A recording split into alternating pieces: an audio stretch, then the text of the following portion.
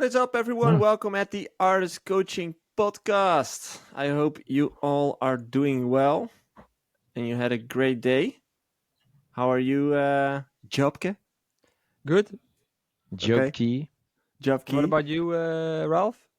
I'm very good. And how's the Invisible Man doing? Yeah, the Invisible Man is grabbing his coffee and he's coming back in probably 1 or 2 minutes. But he saw my coffee and he was like, "I need one too." And then I was like, "Yeah, just go grab it." So yeah, exactly. Yeah, I don't have water yet, but I'll just grab it when I feel the need to. For some reason, my coffee machine was extra long today, but we're live, by the way, just so you know. Sorry, I couldn't hear you. We are live. We're live, just so you know. Oh, my bad. Okay, hello everyone. Hello, Ralph. No worries. What's up? Joey, Hey, on YouTube. hello. On YouTube, you're it's in luck. switching again. Can you I know. I've done that because Instagram is also live. So otherwise, we don't really have looks horrible. people visual there. I need to see another way. Okay. Anyway, what's up, man? Anywho, How How are are you? you going? I'm very good. I don't know if you're talking about me or Ralph or... Yeah, I was talking to. Okay. I speak to Ralph and Job so we often. sometimes lack a proper introduction of our guests, but everybody listening, watching, you may have already seen. Listening, we have a very special guest, Retrovision. Hello. Wait. Why is it not playing? It's not playing. Too bad. Yeah. this is one of those days when everything goes right. Everything's breaking down here. Everything's breaking down. Anyway, we have Retrovision in the show. Guest of like a friend of the pod, because this is the second time, right? Second time, yeah. Yeah, the first time was right after COVID. And this time it's a little bit more far away. I don't want to talk about it anymore. It's been a very, very long time. But how have you been, man? It's it's been quite a few years. I just realized I look like a caveman right now because I forgot to shave since like a week and a half. But other than that, it's been pretty good. Like I've been having more shows than in the past, so I'm pretty happy with that. And a lot of things, so many things actually changed. Like literally, I think I would say like 90% of my whole career or everything has changed since then. So I was like listening to the podcast from the first time, like from last time. I think it was 2022, maybe something like this. And I was hearing myself, and I was like, "Oh my god, I'm so wrong," and it's so bad what I said about so many things, like even social media or music or whatever. Like I was saying so much stuff that I just don't agree with anymore. And do you remember one specific statement you were like, "That's now so very wrong"? Or I say like the music is not the most important because social media is the most important. But I would say still like the music is so important. Okay. Like from an artist's perspective, and like it's so important just for like mental health and everything. What made you realize that? Because I had some pretty bad times where like I was just like nervous about like I know Jobke actually made me like think about a lot of stuff. Like there's some stuff that you say that made me actually like just think about it more and more. And it's like I was in Mauritius Island with him and I was super nervous about everything. And he was the most chill guy ever. Like he's that kind of guy, like not stressing out about anything. And I was so stressed out about literally everything. Like some stuff went pretty bad on that story. It was a pretty fun story. But it was a gig we were supposed to play. I mean, he did play it, not me. it was a shitty situation for you, to be honest. So it's like it's no wonder that you were stressed and the way the multiple things went wrong. Yeah. And the Can festival. you tell a bit more about it, or is it private? No, I can tell about it, definitely. So we got booked in a festival in Mauritius Island. So a beautiful location and everything, hotel in front of the sea, and that was nice.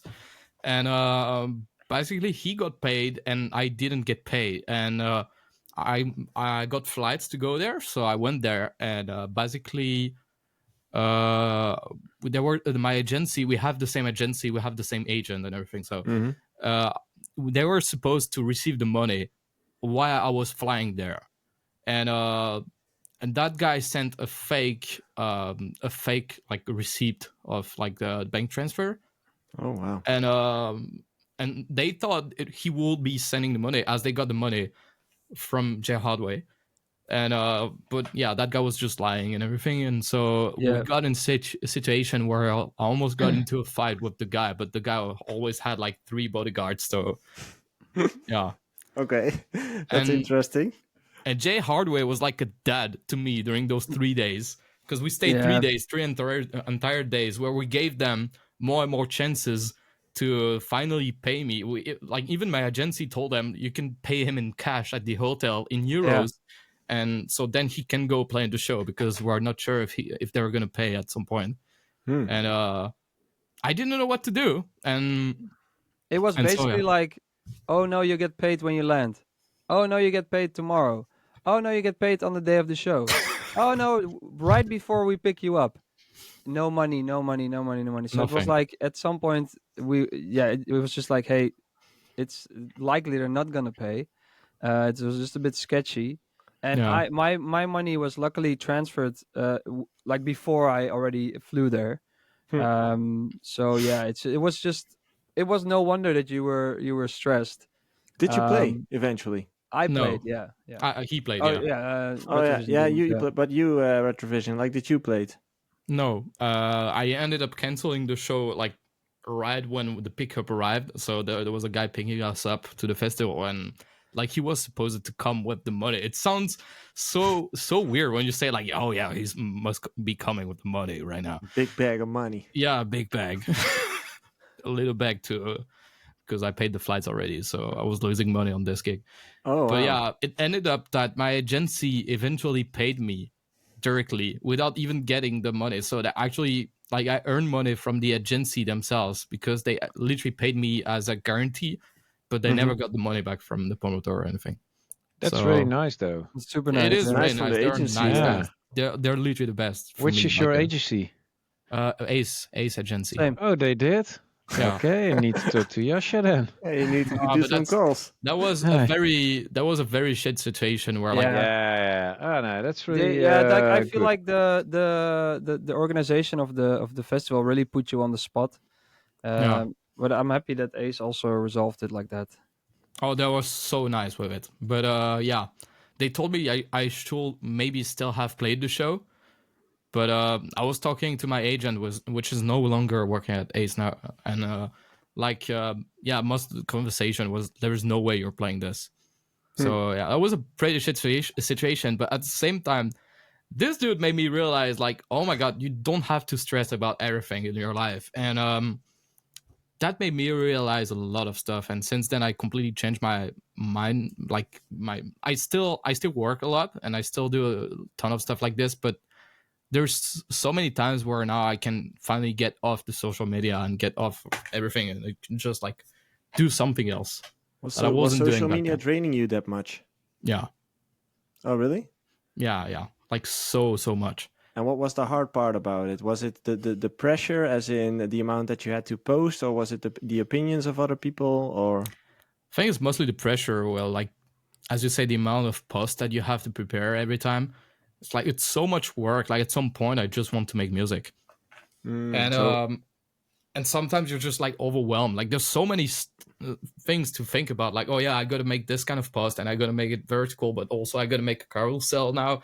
Then I have to do posts also on TikTok, and I have to do 1 post per day. And then at some point you're like, oh yeah, fuck that. I'm just going to make music.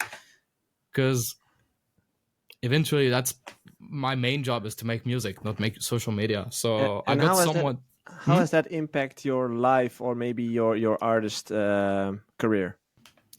Well, both in good and bad. So, like, I got some posts that blew up that made me have a gig every 3 or 4 months in Japan. That is nice. That is great. But then at the same time, I have the pressure now that my posts are not doing as good as this. And so how can I make my next post to do better numbers than the previous one? And also I get like, I think it's mostly me just like trying to get better stats every time, and just I get nervous when I get less stats and less likes, and I'm like, what did I do wrong? And then every time I'm like, how is this possible? How can I make this thing right? Like, I didn't change a thing and it's not right anymore. Everything changes so fast. It's like I don't know. Sometimes I'm getting lost. I don't know if you guys, but Well, what I do remember from then. Oh, well, we had a good time there, despite the whole drama. that But was good. I was super impressed by how you were basically working the whole time. Like I'm like, hey, let's have a drink Let's on the play beach, some and golf. he's there with. Well, this is funny. He was like, he's like on the beach with his laptop, checking out promos and making music, Making and I'm like, music. oh yeah, well, impressed because like I on tour I cannot really get myself to work. I mean, it's just like I do emails, but making music for me, I really would love to be in this space. And sometimes I make some ideas. That's about it. So yeah, that's. But then I figure you do you now work all the same amount of time as then, but just way more on music, or do you make some more time for other stuff, or how does that look So I would say for I you? work way more efficiently right now. It's like I'm trying to not work all day. For example, like what we do a lot is I tour with my girlfriend now. Like I literally do any gigs with my girlfriend. Oh, And don't so tell there's Ralph. times for Don't the tell Ralph. girlfriends also. Like you cannot just stay on a computer. Yeah. Like she's also making music and like everything like me right now. Like she's Oh, also really? like social media music. And so yeah, she's starting out like career and stuff and she's pretty good. And yeah, there's sometimes where we're both on our computers and we'll both work from there.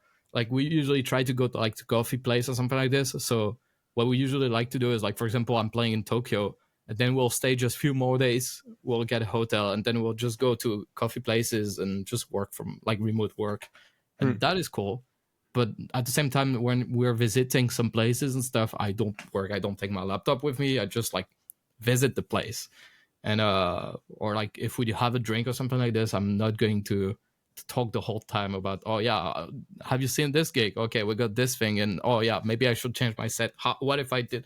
No, I'm just gonna take some time off. Yeah, And so the balance is a bit better, as in yeah, it sounds like you used to be working on music or thinking about music all day long, and right yeah, now you found your on and off switch. You found a way yeah, to turn it on and to find a way to turn it off, which makes the balance eventually better. yeah, definitely. This is such a big change.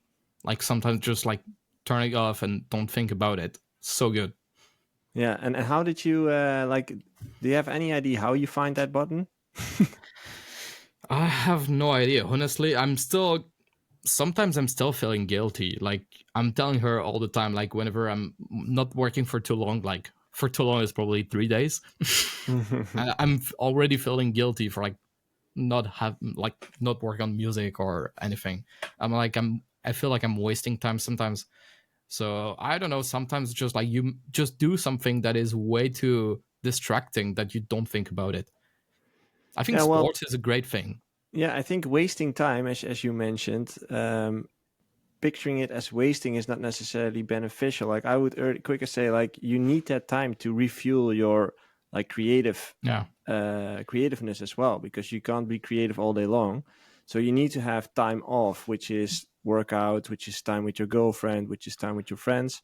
You literally need that time to refuel your brain. Yeah, and I think And like I know Ralph is agreeing with me on this, as in he's working from 9 to 5 and he's taking the Uh, evenings to it refuel during COD. it's So it's for everybody. It's yeah, different, and the thing is, you get the chance and you get the luck, and you break through. Let's call it like that, and you yeah, get bookings, and you can make ends meet with your passion.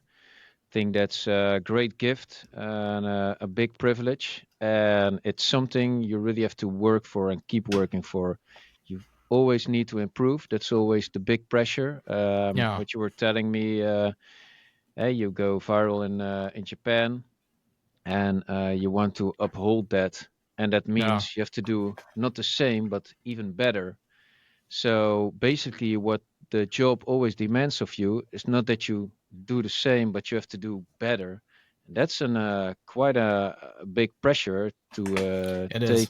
take along, and can make you a little bit crazy. The thing is also with that kind of stuff, um, there's no formula for it. Why is somebody popular and the other ones are not? Who Yeah, knows? But it's looks. about doing your best and try to when you look in into the mirror and look at yourself, and you want to say to yourself, man, everything that was in my means, I did it. And if it Yeah. then fails, whatever. Yeah. I kind of But you have don't this want to look mindset. into the mirror and Yeah. say to yourself, shit, man, I went to the golf course a little bit too much. Never too much, man. Or worked at some out a little point- bit at too much, some or point- stayed in bed. I'm now taking a swing There- at Jopke, but no, but for everybody, you just Whoa, take yeah. a swing. I love it. It's I a love it. joke. It's a little bit of banter, and no, but you just want to make sure that you. It's a big privilege. There's a lot of guys and girls out there who did maybe even more, are even more talented, but they just didn't have that coincidence happen. Yeah. And for us, it did. So yeah, Yeah, I it's love the part where you said like about you have to look yourself in the mirror and you have to answer to yourself. So if I play golf all week and my career goes down from it, it's like, am I willing to do that? It's up to me and it's my own thing. And if you yeah, realize but that, I get the guilt part, and that's the you have to live with all Yeah. the yeah, but the guilt yeah. is something that is difficult sometimes to manage. But I think if you're gonna then plan time off, and that's the thing, plan time off. Make sure you do something that Yeah. fulfills you in another way. So like make sure that I'm not gonna like be in the studio when I'm taking time off. I'm gonna like really consciously make a choice. Now I'm gonna play golf, for example, and then it's like I don't have time to even think about what Yeah. should I be doing. And if I'm like, oh, I'm gonna just chill at home, that's not gonna work for me because I'm like, oh, I should actually be working on this song and I should finish that. So if I take time off, I do it good, Yeah. and I think that's something to, yeah, to for everybody to decide how much that is, how much time. But if you take time off, do it do it good, Yeah, good point. even if it's half an hour a day. Just take that time. By the way, just a quick intersection. We have a lot of people in the chat again, but somebody's also donating again. We just received $5 Australian dollars. Hey, Dude, Thank you, man. And thanks down under, what's up to everyone in the live Crocodile stream? Dundee. Good to see you all here again. We have an amazing guest today, Retrovision, sharing his experience from the past year. And talking about that Retrovision, like, what's another thing that you've learned over the years? What's another insight you gained? So I think something that completely changed also is like my whole team has changed. Like back then I had a manager, I had the publisher, I had a lot of stuff like that. I'm actually not having a publisher anymore. Like I'm just out of the deal with them right now. But Okay. and I don't have a manager anymore. Like we parted ways. And so I'm literally managing myself for the past 6 months. Mm-hmm. And I'm very happy with that actually. Because I'm not saying my manager was doing a bad job or anything. I'm just very happy because I can do whatever I want, and I have the freedom of just like thinking about the stuff I really want to do for my career and for the future. And I think this is, yeah. Also, of course, you get more money because like you don't have to pay a cut to the manager. That makes a big difference as well. But that wasn't like the main part of just leaving a management and stuff. I think it's mostly like just being able to trying to figure out yourself where you want to go.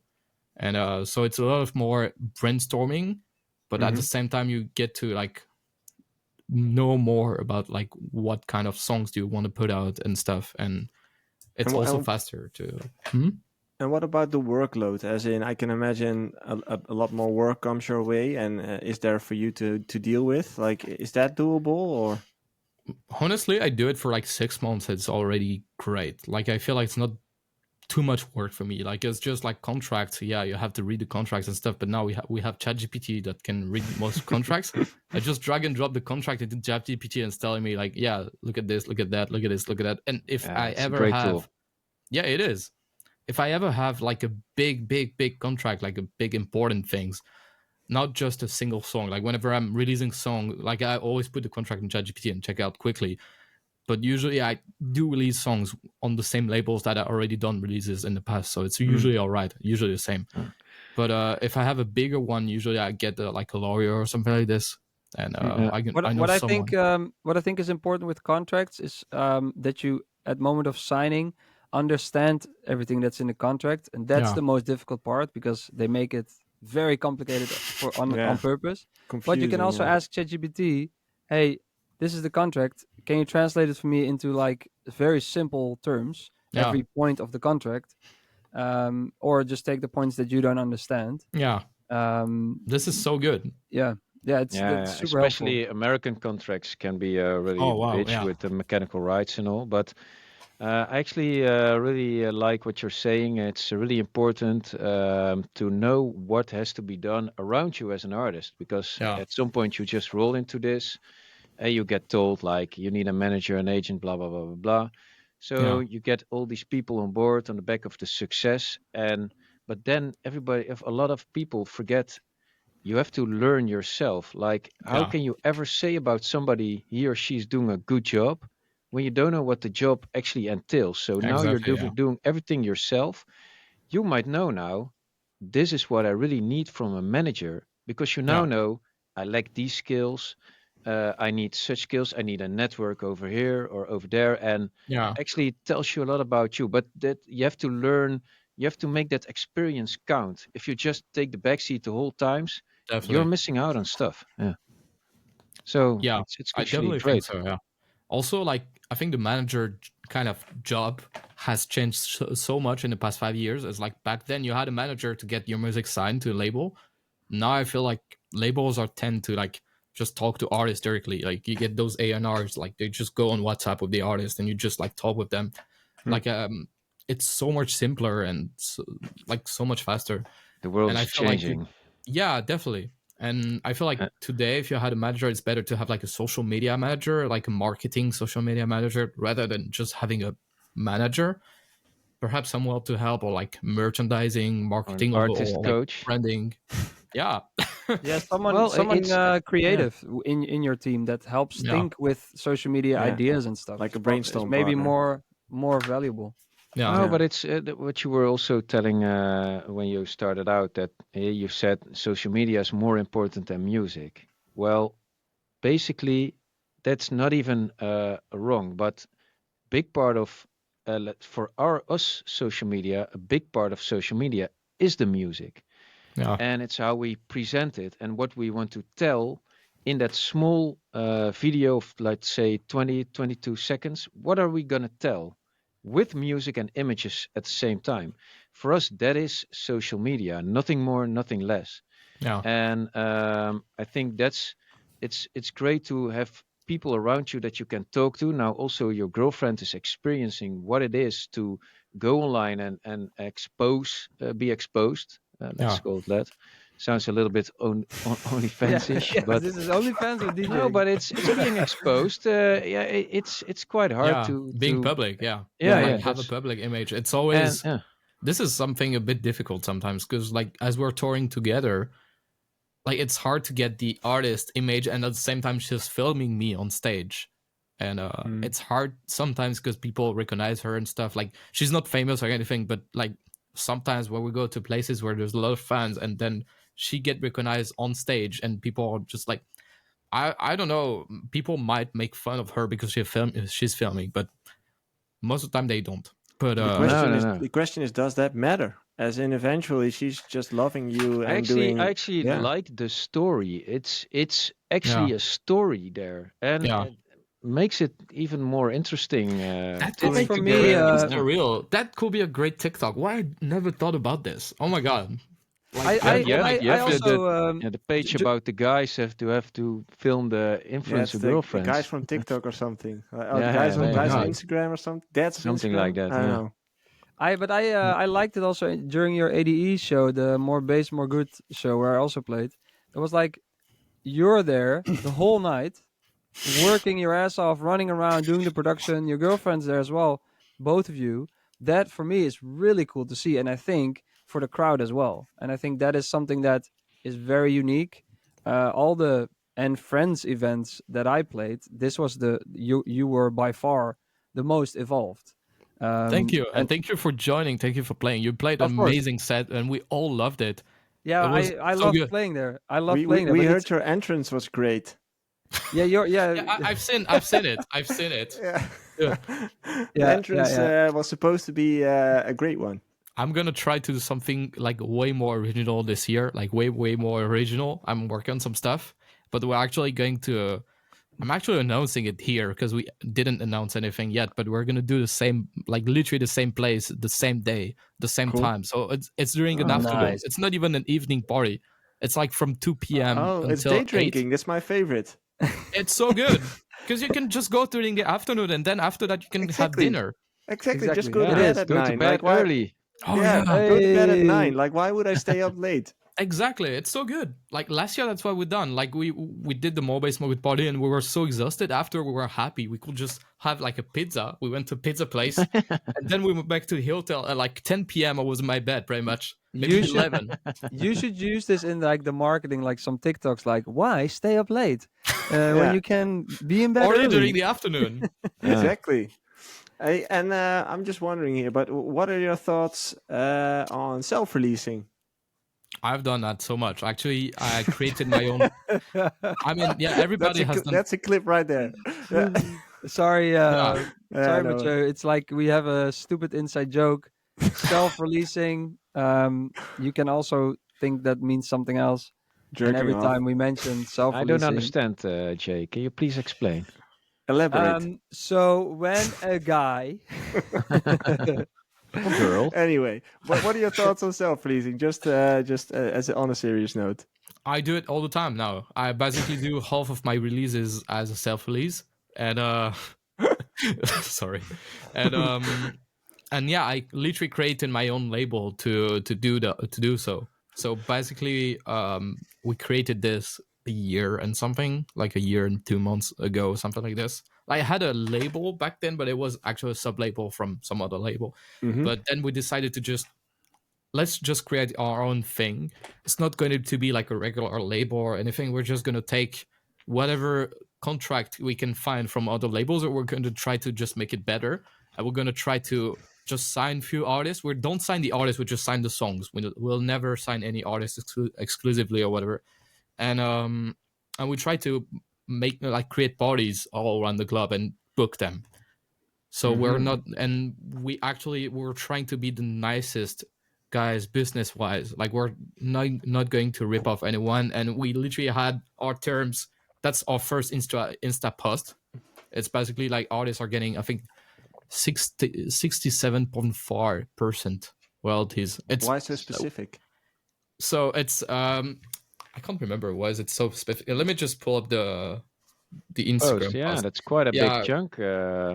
It is, yeah. So about us, we're only who's two your people. distributor? Symphonic. Okay, don't know. They're great guys. What's So your basically label the name? artist, What's your label name? more bass, more good. Nice. So we literally have everything on Insta. Like you can just go to our first post, and there's like literally this, and so there's no hidden cost. We don't make the artist pay for the artwork. We don't make the artist pay for any assets. So we just make all the assets ourselves, and I basically make all the artworks and all the assets, and not the assets. Florian make the assets usually, and so basically the label cut is 30%. The distributor takes 15%. And then the artist gets 55%. But usually the labels don't show you the distributor cut, so we actually showed it, so Nice. the artist can see how much money is getting to the label, how much money is going to the distributor. It's really cool. You know, also making the artwork, man, the shit you have to pay for and all the deductibles and recoupables, it just is insane. It makes no sense. We at some point had in-house label costs. No clue what that is. In-house label costs. Yeah, Okay. but whatever. But it's actually some labels made me pay 500 euros for an artwork, and I was like, "How is this possible?" Like, I can understand graphic designers are wants to earn something, but at this point, I don't even make money by releasing music. I will just rather just release white noise. Yeah, exactly. You know, but I totally agree. At some point, I even said, "Okay, you can make the artwork, but not your logo on it. If you want your logo on it, you have to pay me." Yeah, for the logo. Yeah, that's no, great. it's our label. Yeah, fuck that's my fucking artwork, dude. You pay for it. Pay. Yeah, Yeah, it's exactly. 500 euros. Yeah, It's a true. bargain. No, but It it is. makes no sense. I really love this. It's really transparent. Yeah. That's what it should be about. Yep. Yeah. And then all they have to do is sign it away for life. And And that's no, it. it's like That's all. 12 or 15 years of I think we do 10 years or something. Yeah, I 10. think we Yeah. have 10 years. It's not gonna last, but it's really nice. But It's a nice. you're too kind. No, I'm not trying to be too kind. I'm just trying to be normal. Like we have 30% of the royalties, and I think the plan, like our business plan right now, is not to make most of the money on royalties, but on merch. And we Okay. also launch. So we launch a website. Like for now, it's a Shopify website, but we're building a better website right now. Mm. And we're also And trying Shopify to is do. nice as well. It is. It works. It just works. And we're doing preset packs and sample packs. And so right now we're gonna build like all these preset packs, all these sample packs, and like for now I just released one preset pack, and it made me like one serum preset pack made me more money than what I do with like 6 songs usually. Wow. Wow. It's actually a good That's business actually model insane. too. Yeah, it's good business. Yeah. Have you ever thought about giving back, let's say, the rights for an amount of royalties back? Let's say you keep, you get now approximately 30% of all the royalties. Let's say you give it back and keep 10% or 15%, so they can entrepreneur with their own tracks. Sometimes a little bit annoyed that let's say a track doesn't do well within its first 3 months. Yeah. Nobody works it anymore. It's just dead in the water. If I would get more percentage back, I would make the effort, but now I'm sure nobody will make an effort. Yeah. Because I'm not going to make the effort for their percentage, which is usually 60% for them and 40 for me. But if they would say, hey, here's 30% of our cut and you get now 70, I would be like, okay, I might market this stuff. Yeah, it could also be something for artists signed at your label when there are tracks just dead in the water. Yeah, let's give them an incentive to do their own job. I do think if I hear the percentages, you are maybe too kind. But what I think is most important is not per se lower percentages for the label or something, but the transparency you offer. That's your biggest thing. I think that's so interesting, and it's, for a lot of producers, we sign contracts early in our careers where we're like, I don't even know what I'm signing, and if you can offer the transparency, you can even in the future maybe or soon change the percentages and be like, hey, yes, we're gonna make a bit more so we can provide such and such. If you get bigger, and of course the value here is in the community of more bass, more good. Yeah, it is. More good, more bass, more good, more bass. More bass, more good. Yeah. More bass, more good. Have you Like ever this. heard of building in public? Okay. What do you mean building public? Yeah, have you ever heard of the term build in public? No. But It's kind of what you're doing right now. You should definitely check it out. As in, it's building a business in public, so sharing everything openly. So the percentages, the revenues, the everything. Yeah, kind of like Tesla or stuff like that. Yeah. I'm not sure if Tesla does it, but there's like a few Dutch companies here who do it in a great way, and a few Americans that I know.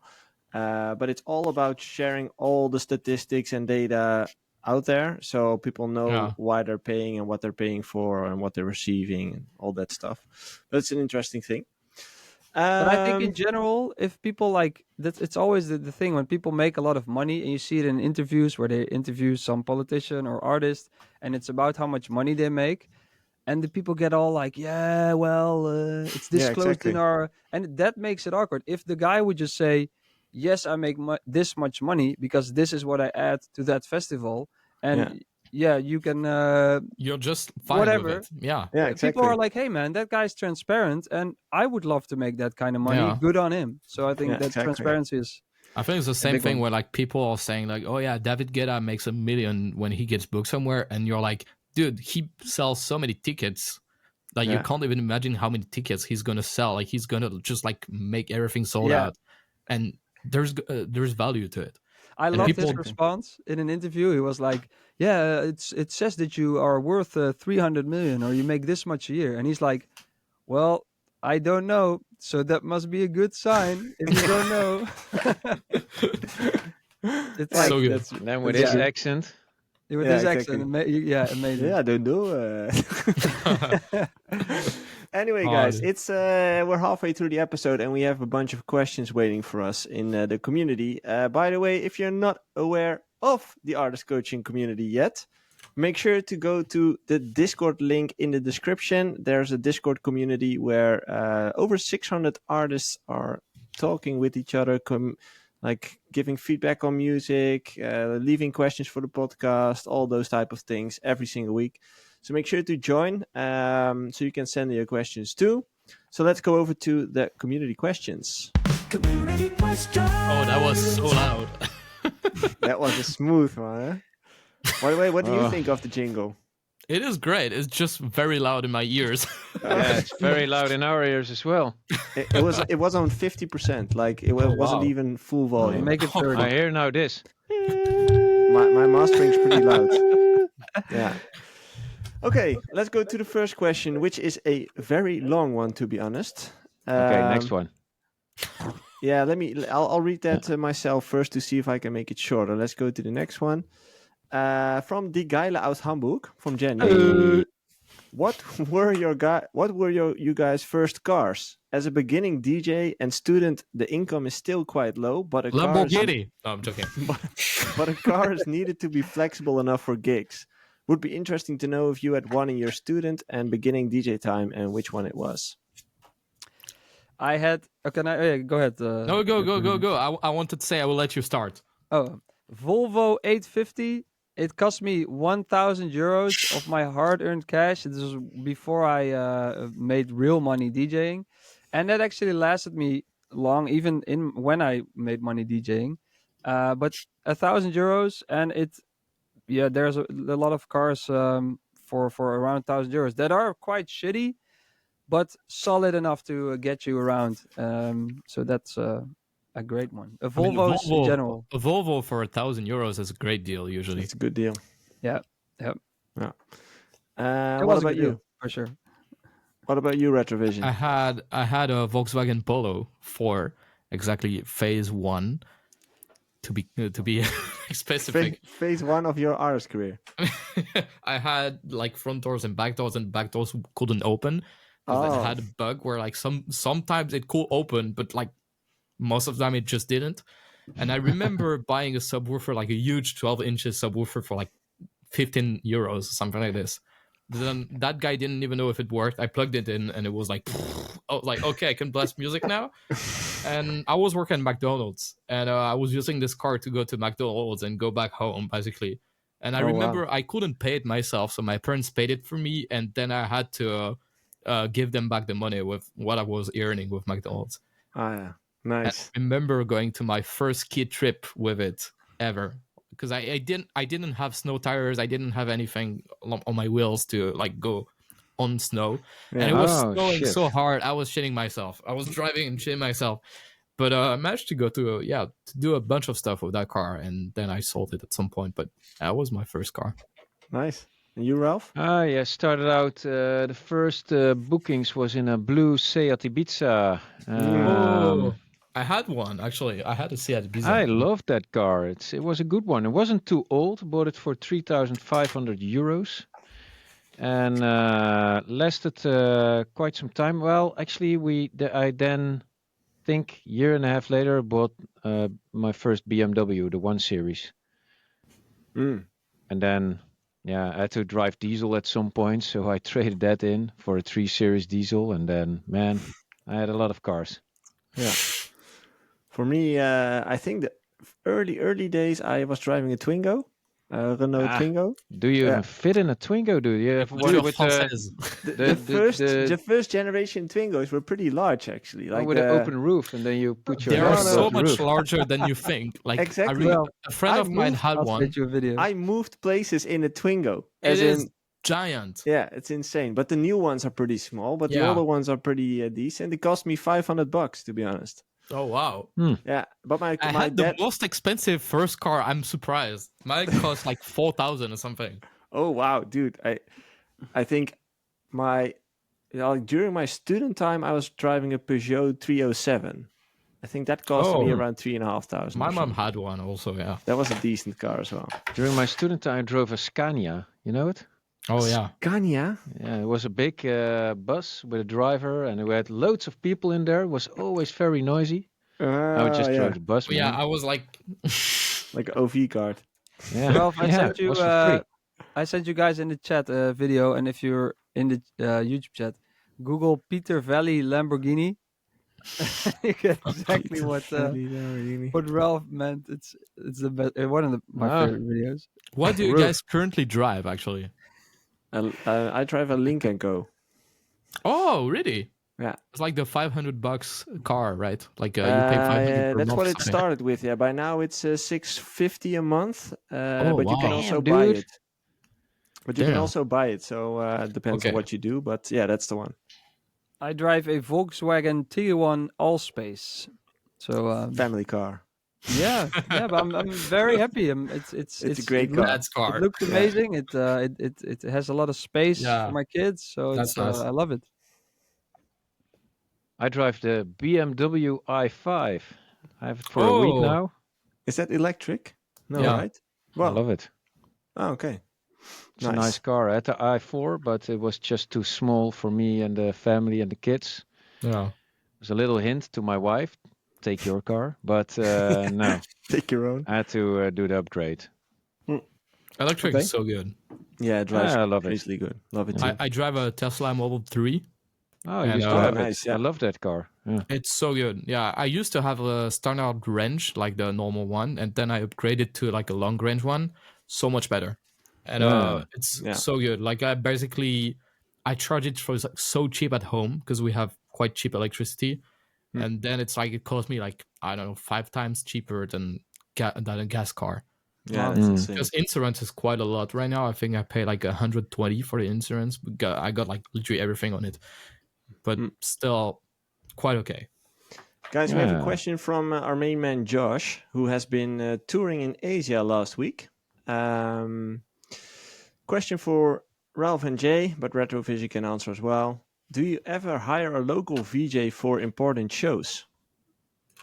Yes. Not a VJ, but a videographer or a VJ, Yeah, visual guy, a VJ as in like the guy who does the visuals or a girl.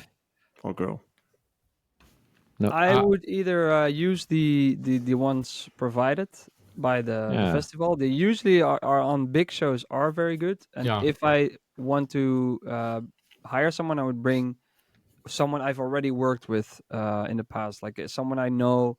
So not locally per se. So I would fly someone in, but usually the VJs are amazing at all the bigger festivals. Yeah, no, true. the clubs, because I think Josh mainly plays clubs there, right? Or... Yeah, he did a big festival in Asia. Okay. Void Fest or something. Void Festival. But you need to just when you have your sound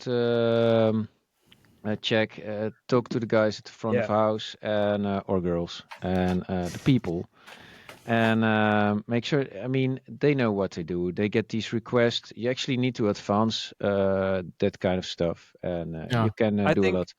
as a smaller artist, sound check is very important to meet everybody that you work with at the club, and like you said, like, do they have my visuals? Is everything loaded? They know how to start my intro, and these are all just questions you can ask the local VJ. Usually they know what they're doing. Yeah.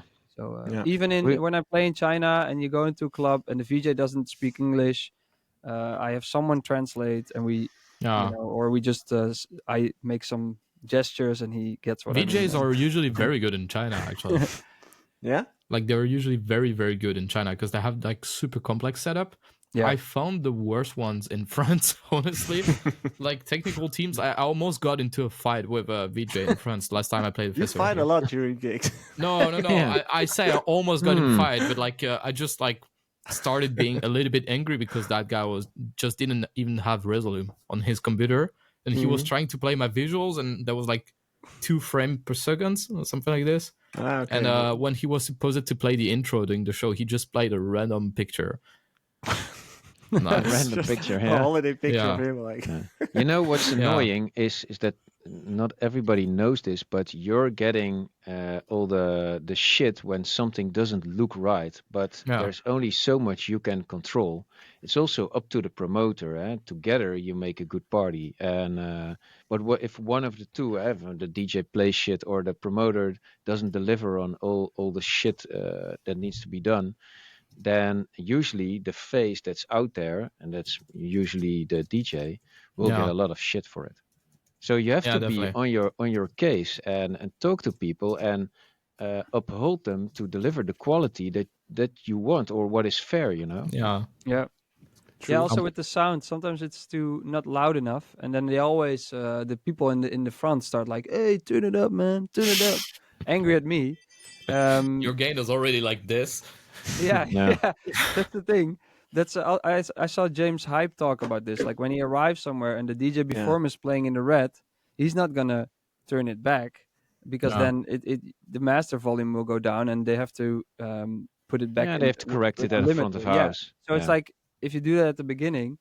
I had once almost got into a fight at a Dutch festival because the guys before me were playing in the red. So I just continue. I don't really touch the master, and I just play, continue playing. And the guy comes up very angry on the stage, and he's like this to me, and like turning Yeah. down the master, and then running off. So instead of like telling me like, "Hey man, Oh, can you yeah, turn it that down?" happened. Yeah. So I went after the show. I went to the front of house where he was, and I was like, "Dude, I know I shouldn't be playing in the red, but just tell me, don't come in front of me, touch my stuff, and then make Yeah. these gestures." And he was very like, "Oh yeah, sorry, sorry." And I just said like, "Just tell me, you can have a conversation. I respect you, you should respect me." But he was like, "Yeah, but you guys all day." I'm like, "Not me. That's not me all day. It's other DJs. So don't give me shit." Yeah, at Yeah. this point, you Um, should tell him just tape the master. Just tape it like in a yeah, Oh, certain yeah. position so no one is going to touch it and just put a sign like don't touch the master. And yeah, that's Yeah, their but they job. will touch anyway. I mean, you just need to correct it every now and then. It's not a big Yeah. deal. And it's no. all limited anyway. Yeah. Yeah. Just I yeah. think the trick is having a because I also love that as a DJ if the booth monitor can go really loud because Yeah. then I can actually like feel what I'm supposed to feel. I think if the booth can go loud, you're not as eager to turn up the master. Yeah. So True. I There's a usually question. never touch the master actually. Like I never touched it, and like I try to never touch it, except if I'm playing a club gig and I hear like nothing is loud enough, and I really need some more. But usually I Mm. never touch it, especially in sometimes festivals. I I think. sometimes do, but usually I'd like to ask as well with the sound check, like, "Hey, can I turn the master till there or till?" And then Yeah. yeah, they'll say what to do. Yeah. What's Mm. also funny, by the way, about the loud booth. Sometimes you want to turn it down to see if there's sound in the room because I've had moments where I was like still vibing and then the people in the crowd are like, Yeah. "You can't hear man, nothing." Man. You're standing there. What do you mean? You're having a great time. Woo! Yeah. Actually, Cool. that happened. I was in a festival and the DJ like had his both speakers like to the max volume or something, and then the normal PA, like the regular PA, just shut off, and there was no more sound. But the DJ just kept doing it for like 5 more minutes. He was like enjoying it, Amazing, and then everyone was amazing, like, "What is happening?" Yeah, that's nice. amazing. We have another question from Martin Stevenson here. Question for everybody. What do you think is the best way to connect with bigger artists and labels and stay connected? Keep sending good music. That's Yeah. basically it. Yeah? Yeah, Yeah, you need to get noticed at some point. I think that's a little bit of coincidence you need on your side, but Yeah, that's through the music. yeah, but after that, yeah, I mean, let's say it really blunt. Are we gonna be the biggest of friends? Probably not. You probably have enough friends. It's a working relationship, and this is me being really blunt. It's all about good music. If you don't have good music, why would I respond? Vice versa, the same, man. That goes both ways. Yeah. So it yeah, starts. It usually starts with music, but I also then think it's kind of a vibe thing if you're on the same level. I think Martin is a guy I know, Yeah. and Same. he sent me great music, which it's like electro bass house kind of, Not Super always loud. super loud, amazing, talented producer. Not always super my style, but I still keep in touch. So Martin, you can always. Why don't you text back, man? Why don't you reply to my but also barbecue like invite? I was in Prague, and then I'm like, hey, if you're there, come to the show, and it's yeah, we are. You already know how to keep in touch, Martin. But I I didn't think think it does start with if you send me one good track and then another one and then another one. Then I'm like, hey, I'm gonna keep in check with this guy because yeah. there's good music there and talent, and that's interesting. Yeah, exactly. Like I think it's two ways to answer this. As in, one, to be able to get onto the radar of the artist is through your music. So sending good music and standing out. But once you're in contact with that person, I think it just comes down to basic human communication, right? Like maintaining a relationship is spending time with each other. Like every now and then have a coffee with each other or drop by in the studio. Or Oh my god, the coffee! I forgot about my coffee. Oh shit! It's gonna be cold, man. For real. iced It's coffee. iced coffee. It's Yeah. nice. But whenever you want to build a relationship with anyone, like you should invest time and energy into it, and that's the same with artists, I would say. So do that, just like you've been doing. And he also says, Retro and Jay, please come to Prague again. I would love to. I love Prague. Yeah. It's a great city, yeah, true. It is. Did you play together somewhere? No. No? I wish we did play more often together because such a nice guy. But you're a based dad. in France, right? Yeah. Yeah. Okay. And But I you work with were so many playing Dutch Duplex and the people. other one Epic, or? No, we both play Epic, I think, right? I played Epic and I also played Duplex. So I Oh yeah. In the same weekend? No. Oh, Just No. man. Switch You need now. your agent then. Here's a question from Alex Leray. So I've been working with this massive pop manager who blew up many female artists. She wants to work with me, but I'm worried she's not the right fit. She went out and got a publishing deal, but no shows or labels, so kind of feel like we're going backwards. Curious what you guys think. The shows come with the music usually. Yeah. Like, you don't get shows because you have a manager. You have to release music, put out music, get fans, and then those fans will buy tickets. So promoters will trust you, and so then you get shows. But yeah. Yeah, so she started with a publishing deal. What's your thoughts on that? Seems like she's getting signed to do sessions, maybe. To be a connect with songwriter, other not artists. an artist. I think we need a little bit more context to say something about this. I mean, getting a good publishing deal can be really cool. Yeah. Like get an advance, buy a new car. Hoppa. Yeah, but I think focusing on the shows or on the labels, maybe labels, but shows is definitely not a good attitude. As in, as you mentioned, shows comes from the music. As in, you first need to focus on getting the music out in the right spots with the right But promotion. maybe if you can get a residency somewhere and you get a platform to show your music, take a videographer, and man, there's so many ways to roam. If you hire someone, make sure you from both parties agree on what it is that you will bring each other. So if you are sitting with a manager and they're going to be like, yeah, I'm going to give you shows, then you should say, okay, then if you don't bring me 10 shows in the next half year or however how many, then you're not on the same level if that's not going to work. Or you hire a manager and, hey, I want to release more tracks. I can do that. I can bring you into sessions. Just have a clear talk about what the expectations are. That can also help prevent a lot of discussion later, I think. It's hard to get shows overall. Like, it's hard to get started on getting shows, and especially for smaller artists. I feel like nowadays it's either you're already established and then you get shows, or either you get a TikTok hit or something like this and then you get a lot of shows. But if you're a smaller artist, I feel like it's super hard right now to just... Depends on the style you're in, actually. True, yeah. And I think that's more important than ever. You can tell sometimes I see artists swing by and they have a lot of shows and they're in a certain specific style where there's a lot of fan base for. Yeah, true. Well, what's the thing you struggled with the most, Retrovision, in the past few years? I would say in the start it was mostly having shows, because and finding the right people to work with on the long term. As in the manager, the booker. Booker is hard to get a good booker. Someone that you can trust is very, very hard. Like, I love my booking agent right now. I love my agency. They're such nice people and I love them. And it's very hard to find people that, okay, you can really trust with promoters or everything, that are not going to just take advantage of your position and just like try to get their act booked. Like, sometimes there's agencies that tries to sign you because they just want to book their all other acts. But no, like the agency I have right now take care of like every artist the same way. And I think it's really good, like the way they work. So is bookings the biggest challenge at this moment, you think, for most artists? For a lot of artists, yes, it is. Like I see a lot of friends that keep putting out music, that keep like putting out content on every platform, and they're still going to like get 0 gigs if I don't book them.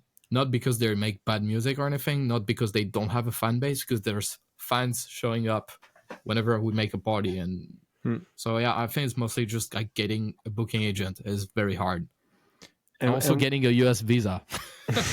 You didn't get one? Not yet. Okay.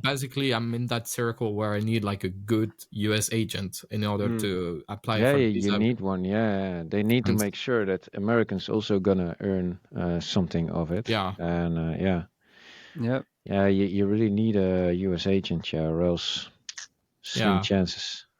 Yeah, I've been stuck in that position since quite a while. I hope that next time I will watch that podcast or something, I will have a US booking agent. Yeah. But that's at next some point, hopefully. But you used to be at Hexagon, right, or not? Yeah, for management. Oh, for management also. Yeah, okay, yeah. I didn't even know they did management. They did for like just few artists, but I stopped working with them. I mean, we both stopped working together since like I think October, November, something like this. Okay. And since then, I'm literally managing myself. Yeah. But yeah, I've been in touch with some managers and everything, but I feel like I can do a little bit of that part. And it's mostly like social media and marketing and branding that I will mostly need help, but I feel like it's mostly like just like a marketing agency at some point. And to really think about to think forward. Like most of the people I've met, like they are good people they're good people, but they're great for like thinking at the moment, but not thinking for like the next 5 years. How we're gonna build that thing to grow up. It's also wise to be detached from another brand. I think it's always a little bit hard. I get the pros, but I also get the cons of being attached to a certain brand that belongs to somebody else. Yeah, it is. I think it's definitely time to be your own brand, and it comes with a risk, but also for the long term, definitely has its benefits. It is really good. Like I love marketing, I love branding, I love all this kind of stuff, and I've been building my brand for a year now, and it's going well. We're planning a lot of parties, especially in Asia. I feel like in Asia, my brand is evolving a lot. Like not just Retrovision, but more Bass, more good, the label and everything. That's cool. And I've been that's trying also, man, I love that, because that's something for Bassjackers. We never really had a good brand we could like really market our own event, let's say, and we kind of missed that. I think it's really good that you do take the effort and turn it into something real for an artist. It's insanely important to have as many or more brands to show yourself, because also what you can do with your label is show another side of yourself through music, which is not yours, but is from somebody else, but is a little bit different from what you do, and that's something we kind of struggle with as well, because sometimes we're like, okay, we like this and we like that, but we're not going to do both, because what's Bassjackers then? But if you would have a label, that would give you an opportunity to show more about yourself, and it's just more, another dimension as an artist. True. More bass, more good. Yeah, more bass, more good. Yeah. Well, I totally bass, more agree, jackers. man. More Bassjackers. More Bassjackers, good. more good. Hey guys, it's time to chill. As in, is there anything coming up that the audience needs to know, Retrovision? Well, I've been working on so much music recently, and like especially like different stuff, like much more different stuff than what I'm working right now. I'm basically working on like a big project that I've started, but that I don't really like. I can't really talk about it because I have literally like it's not signed or anything. I didn't. But you want to talk about it, man. Just let it go. I'm working on my first album, and I never worked on any album project in the past. And I've been writing, singing on my own music, and I've been that's cool. like doing totally different stuff. Especially because I'm French, so my English is not perfect, and like it might be good, but like for songwriting, it's pretty bad. I see a trend happening, man. Like DJs, producers start to sing on their own songs. Yeah, but like I've seen Martin Garrix doing it, but I've done that like for a year now. Actually, I started working on this album project for like a year. And Calvin Harris has been doing it. Calvin Harris has been doing it for a long time as well. Yeah, he is. Yeah. And I love that so much because it's so good, but at the same time, it feels like you're literally going out naked, because when you like sing, and you're a music producer, you basically never sing, you never make, like, as a music producer, you never make any noise. You're just like standing in front of a computer and just like going hard on this. But like whenever I sing, I have to close all the windows, the shades and everything. There's going to be no one at home, so no one can hear me singing, because I sing terribly right now, and I have to use so much Melodyne just to fix every note.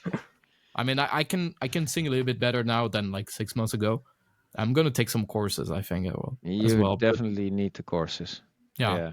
Well, I haven't heard you singing, but I mean, learning it through being autodidact. That's tough. I think too hard stuff. Yeah. For most. Yeah. But I'm maybe judging a little bit too early. No. It is very hard, and I can understand why you need actual courses, because it's a muscle and everything. Like you need to train it. Yeah. Also breathing.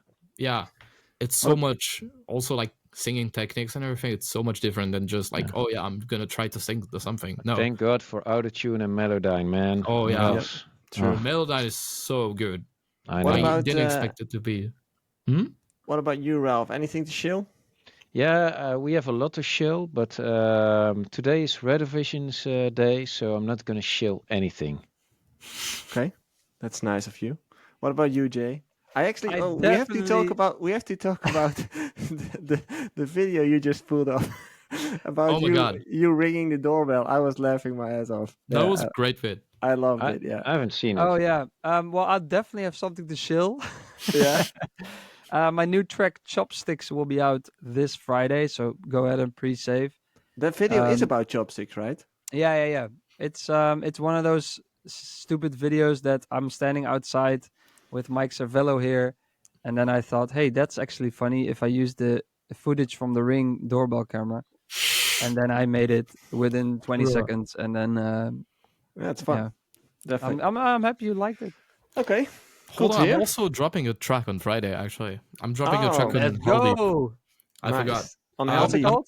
It's called The Party, and I wrote this song with a friend called Tolef, and he's like guitarist and producer, and it's a very French touch, I would say. It's very Daft Punk-ish, completely different from what I put out recently, and I think it's quite fresh.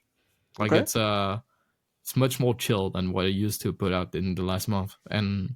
But this track was like a year and a half ago we made it, something like this, and we really enjoyed it, but then we didn't know where to put out. And at some point, like Helldeep showed up, and it's a good home. So nice. We're putting out Congrats Friday on the release. Thank you.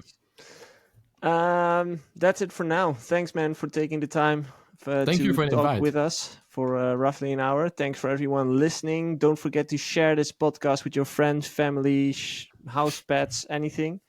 Anyone who think you can benefit from this podcast. We will be back next week, as always, 2 p.m. On Wednesday. And leave a comment. Thumbs up. Give us a thumbs up. Subscribe, like. And see you next time. Bye-bye. Bye.